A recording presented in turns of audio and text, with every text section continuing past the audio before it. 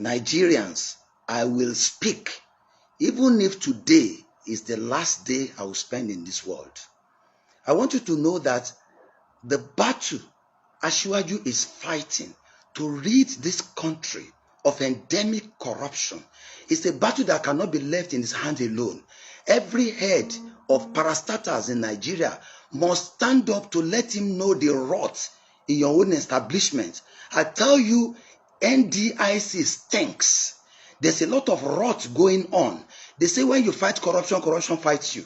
Now, the document you see in my hand is one of the ways the corruption engineers in Nigeria are fighting back. You know, each time you say you want to have a true change, like the one brought about by President Asiwaju Bola Ahmed Tinubu, you will have the change champions who will support him, but you have the change skeptics and the game changers who will frustrate all his effort to rid Nigeria of this mess. Now, this is the purported new act of the NDIC. And I tell you for nothing, this is Emefiele's act. I tell you because here they have taken away the powers of Mr. President in respect of the NDIC. Let me start by telling you the mandate of the NDIC. The NDIC is set up as an independent agency of government to ensure that depositors' money is protected in all the banks and all financial institutions, to protect it so that Nigerians can be protected from the misbehavior of bank directors, whether in conspiracy with the CBN or when they are acting alone. That is why the NDIC has been set up as an independent body to ensure that depositors do not cry even when banks fail. So there are 4 mandates. The first mandate of the NDIC is to guarantee Nigerians who have deposits in all these banks that relax, be calm, your deposit is safe. Number 2 is to inspect the banks, because prevention is better than cure. To go around the various banks and ensure that the banks are not messing around with depositors' fund, to ensure that creditors are, those who are borrowing money from the banks are those who have the capacity to pay, and to ensure that the bank is run in the right way to bring about the happiness and the wellness of depositors. That's our second mandate, to go to the banks and ensure that we prevent collapse. Now, the third mandate is whenever the central bank eventually declares that a bank has failed, the NDIC, without interference of anybody, should go there and resolve what is happening. What do? You begin to gather the data of depositors with the aim of ensuring that depositors get the sum that is meant for them. For example, if a microfinance bank fails, for instance, we first pay them 200,000.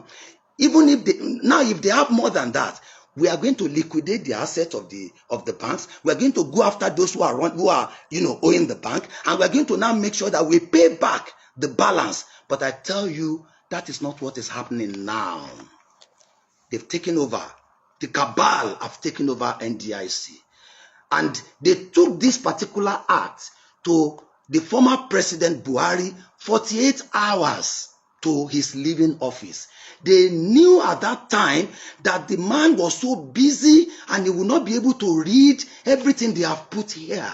Therefore, they got him to sign it. Now, I tell you another thing. Another fraud was committed. This document that was signed is materially different from the vote and proceedings of the National Assembly that passed it. When I was appointed, I told all Nigerians, I am not celebrating. I am going to be part of those who will work with Asiwaju to rid this country of mess. Do not congratulate me until I have left NDIC better than I met it. Therefore, no sooner than we were appointed by the president, waiting for confirmation, they quickly introduced a new bill, a law that will truncate everything that we wanted to do. So I participated in the National Assembly because as a lawmaker, I am a lawyer of over 30 years at the bar. So I know that whatever is passed by the National Assembly and assented to by the president will be what my board will implement. So I was interested in every detail of what they were passing. My God, what has happened now is completely different from what was passed. Let me tell you, not all Nigerians are corrupt. The National Assembly still has so many senators who are men of integrity. The House of Representatives, not all of them are corrupt. There are men of integrity. They knew at that time that if they introduce this section that I'm about to talk about to them on the floor, they will vote against it. So what did they do? It was hidden somewhere. It was not part of what was passed by the National Assembly. The National Assembly passed a board that will have the representatives of the 6 geopolitical zones in Nigeria to pretend over the affairs of the NDIC to ensure that the NDIC is able to discharge its duties. Now, it also gave Mr. President the free hand to appoint competent Nigerians who are capable of becoming managing directors and executive directors. You know what they have done now? They have tied the hands of Mr. President, and they said only someone recommended by Emefiele alone can be the managing director or the executive director. You know, in the previous act, Mr. President has the freedom to appoint any competent Nigerian to superintend over the affairs of the NDIC.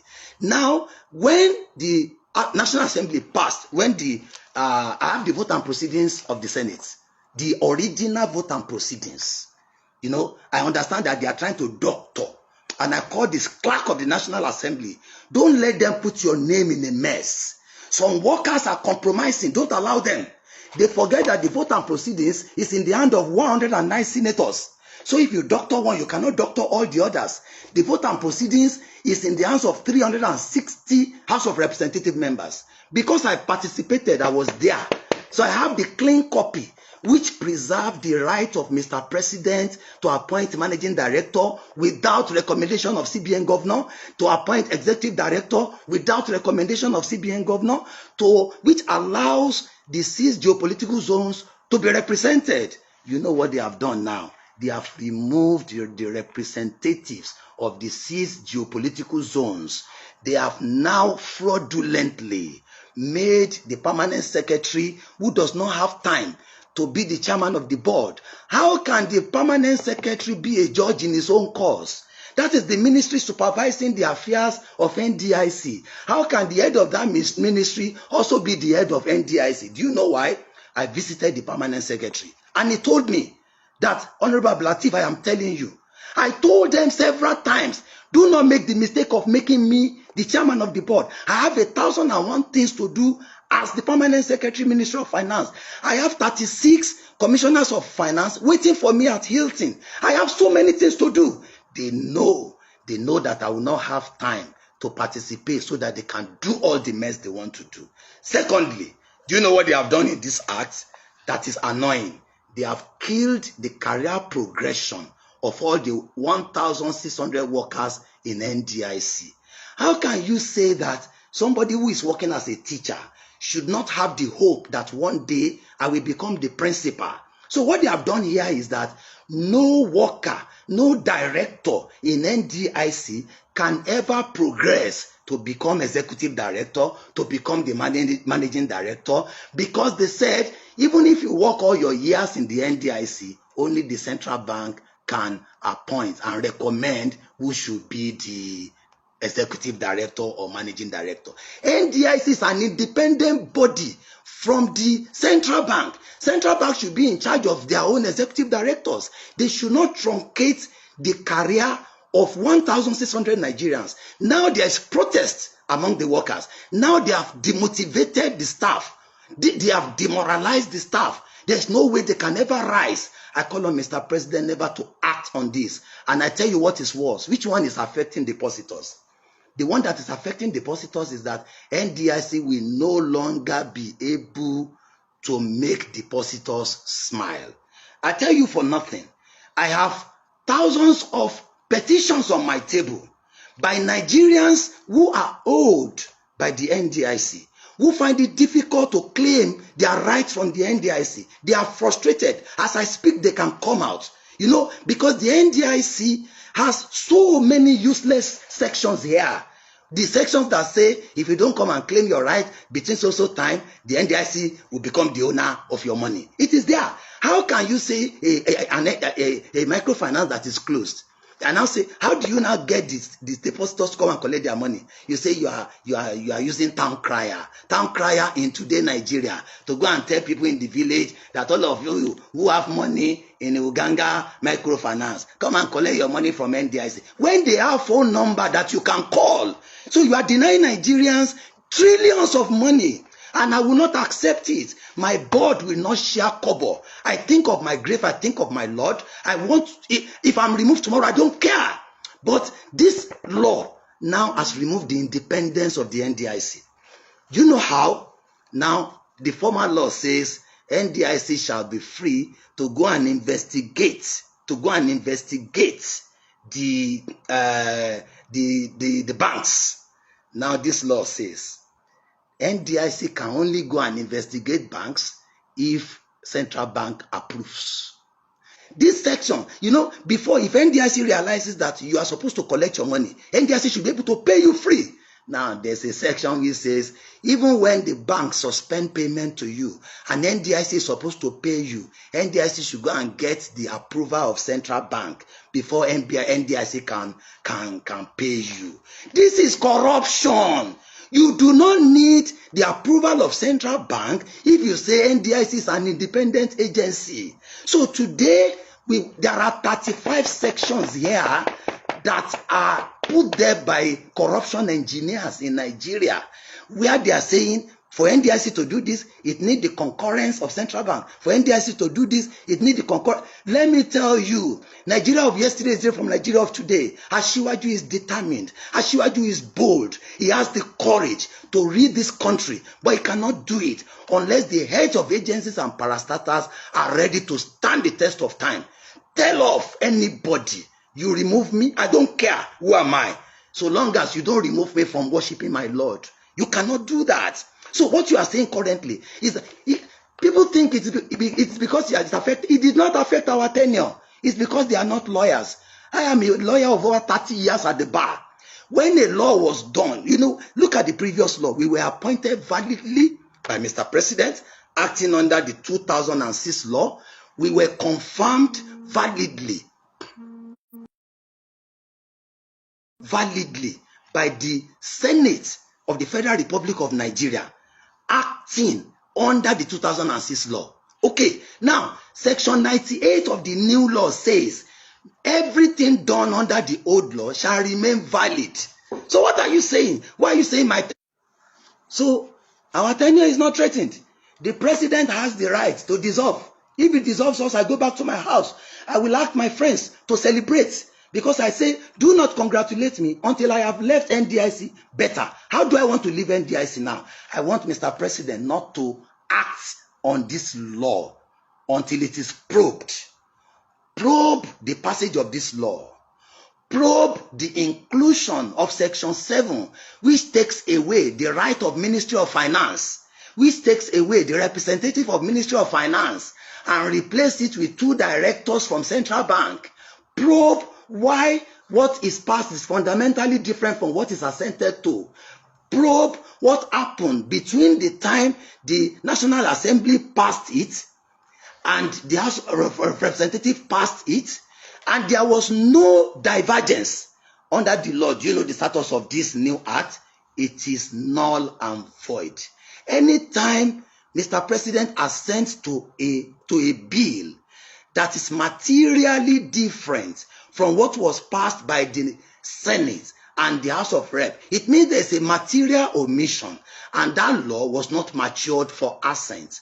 There's a need for the for the new administration that is here by the grace of God to return this act to the National Assembly when it is proclaimed that they should investigate and allow National Assembly members to debate, because I know National Assembly is made up of very reasonable people.